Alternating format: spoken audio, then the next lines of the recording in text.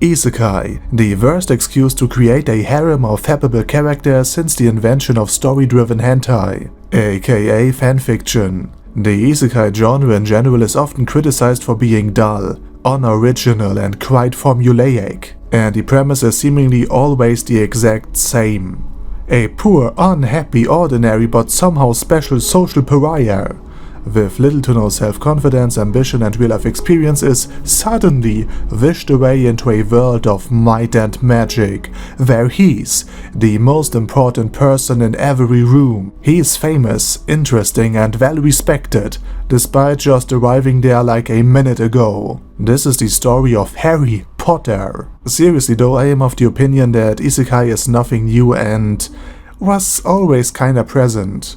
Back in antiquity, the heroes of a story oftentimes went on a great journey, which led them into some far-off and often entirely imaginary setting. The word Odyssey literally stems from the somewhat unplanned journey of Odysseus, who according to him lost course, or according to common sense just got drunk and made up a fantastic story to explain his years of absence to his wife. Smoking made things so much easier, but as the general development progressed, as the world grew smaller and smaller, as the blank spots on the map got filled in bit by bit, it took away from the mystery of the unknown and replaced it with cold hard logic that actually worked. And with the advancements of science and the exploration of the world, the genre simply used other means of coming up with a fantastic world to escape in. The Nutcracker, a ballet made by the Tetris team guy, is all about a girl who dreams of a war between the Nutcracker and the Red King,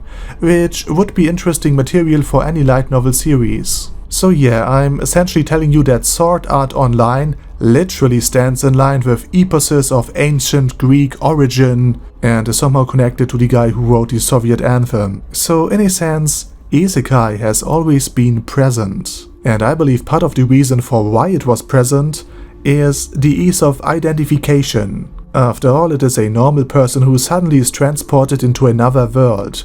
And by definition, most people are normal. It is easy to identify with your everyman, because you will share a lot of the perspectives, thoughts, troubles, and viewpoints of this character despite rarely having any concrete. And as mentioned in my Harry Potter part, the overlap between poor, unhappy, ordinary social pariahs with little to no self-confidence and the anime fandom is considerable.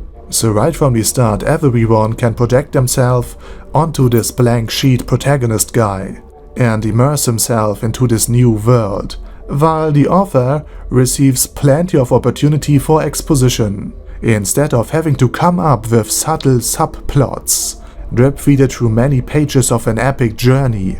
You can just dump exposition like crazy by explaining things to the protagonist. Don't get me wrong though, this doesn't mean that a well-built isekai world full of mysteries is impossible. I mean, just look at Overlord.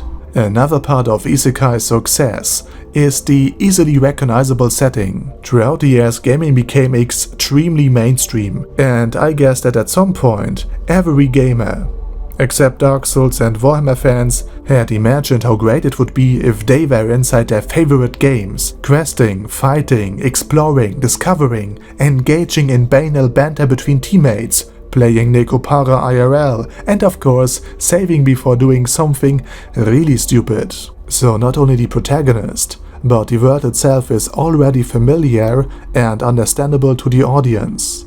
And thanks to gaming, there are so many exciting settings that are already pre-made. I mean, just look at what the standard D&D-esque medieval fantasy games have given us. We got Isekai with my smartphone, Isekai without my smartphone, Isekai bad guy, Isekai, Isekai Rebirth, and of course, Isekai Origins. And this is just one world archetype. Here are some more fun concepts and ideas. Racing game isekai, you know, like Captain Falcon. Fighting game isekai, you know, like Captain Falcon and Smash Bros. And sports anime in general are easily translated into this formula. Or how about strategy games, which have the potential to become the next Death Note? I mean seriously, can you imagine how epic it would be to see a perfectly planned out, well executed battle after 7 seasons of preparation and build up? Yeah, D&D couldn't do it either. Or how about some horror and mystery? Let's just assume that your browsing history came to life. And since you now have a reason for it, space exploration could also be a huge thing. Any author could do anything from Star Trek to the rogue traders of Warhammer 40k. Every planet could be an original idea, filled with so many different stories to tell. Or alternatively, it could fulfill every bad advice given by bad writing advice, and still be somewhat decent. And let's just think about a medieval setting, but without the fantasy element to it. I mean, sometimes less is more. At least I have been told that repeatedly. I should diet. Also, any cyber and steampunk setting is interesting, because unlike me it could run pretty fine just on aesthetics alone. And something SimCity-esque would also be great, like Swim City, where every episode is a beach episode. And of course Isekai inspired by loot games like Diablo. Not that one. Could touch upon serious themes such as hoarders or too small inventories. So like the Titanic, Isekai really has just scratched the tip of the iceberg. And yes, I just read my Steam library out loud. And of course each genre can be done as shonen, shoujo, ecchi, seinen, or straight up loot hand-holding stuff. Disgusting. Also, you can sell essentially the same show to different audience groups based on characters. Just Slytherin, some Slytherins as the main protagonists, and you can sell a series which would usually attract a primarily male audience to the female counterpart. And if you add some breasts to literally anything, a primarily male audience will want to watch it. I mean, this show would have otherwise been just for horse girls with ponytails. And of course you can not only sell the same story to different audiences, but you can also tell the same generic story from a different perspective to make it original and special again, while simultaneously still sticking to a proven formula. How about that time some adventurer tried to kill me for no good reason at all? Seriously, this guy is a psychopath. See, it already sounds like a light novel title. And if nothing else, we all can agree that the current real world has a bit more room to improve. Who am I kidding? It sucks. Oftentimes our day-to-day lives are highly stressful, exhausting and unpredictable, despite being usually little more than a dull, uneventful daily grind that makes people hate themselves almost as much as their co-workers and the guy on the early morning train who can't understand that no one else wants to listen to his loud music and phone calls at 5 a.m.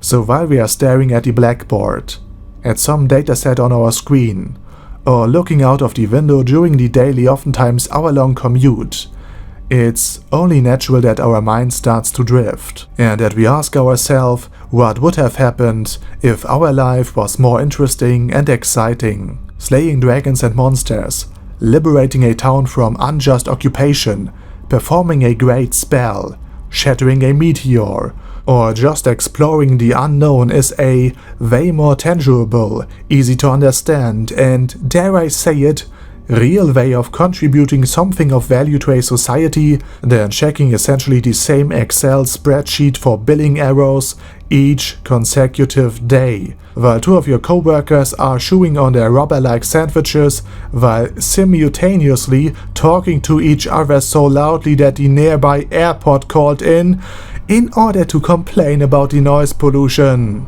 J.K. Rowling, despite being seen as little more than a Twitter meme these days, started her writing career by looking out of a window in a crowded train, immersing herself in daydreams, before she finally started to write the Harry Potter series. Granted, all of this could just be myth-building via a marketing agency, but even if this is the case, it just illustrates how common the archetype of escaping the daily problems by mentally fleeing into a better world really is. If either JK, the fans, or a marketing agency thought, yeah, this is a convincing background, this is something people can easily relate to. And since Isekai is essentially a pleasant daydream, is it really a wonder that some of the rewards are taking the form of beautiful girls, boys, or some sort of anthropomorpho human-like animal? No. And of course, since it is somewhat normal to want status and recognition from society for committing great deeds, and since it is also questionable to demand such forms of recognition, or strive to pull off astonishing things just for the reward and the social acceptance at the end, is it really a wonder that the protagonist stumbles from one harem to the next, from one cheering village to another, from praise to recognition, from lust to love? No, it is only natural that we strive for socially acceptable forms of fulfillment in exchange for our efforts. And I'm not talking about Amazon here. No, it is all just part of the sweet, sweet escapist daydream. And with all of that said, I hope I could offer you some more insight by semi-seriously theorizing why Isekai is so prevalent these days. Because again, in my opinion, it always was. It is an archetype.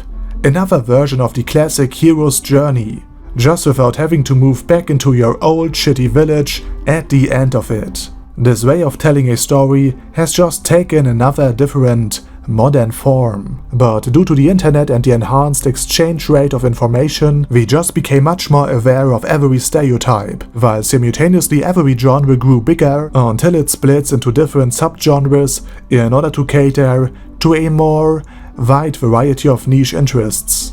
I mean, do you remember when anime was like 5 shows and Avatar? Good times. It isn't really surprising that in a growing medium a subgenre of anything with mass appeal will gain additional popularity and divide itself further in order to cater to each of the different and sometimes contradictive interests of the viewer base. And with that I will end this little semi-serious video. So as always, have a nice day, hope to see you all again soon, over and out.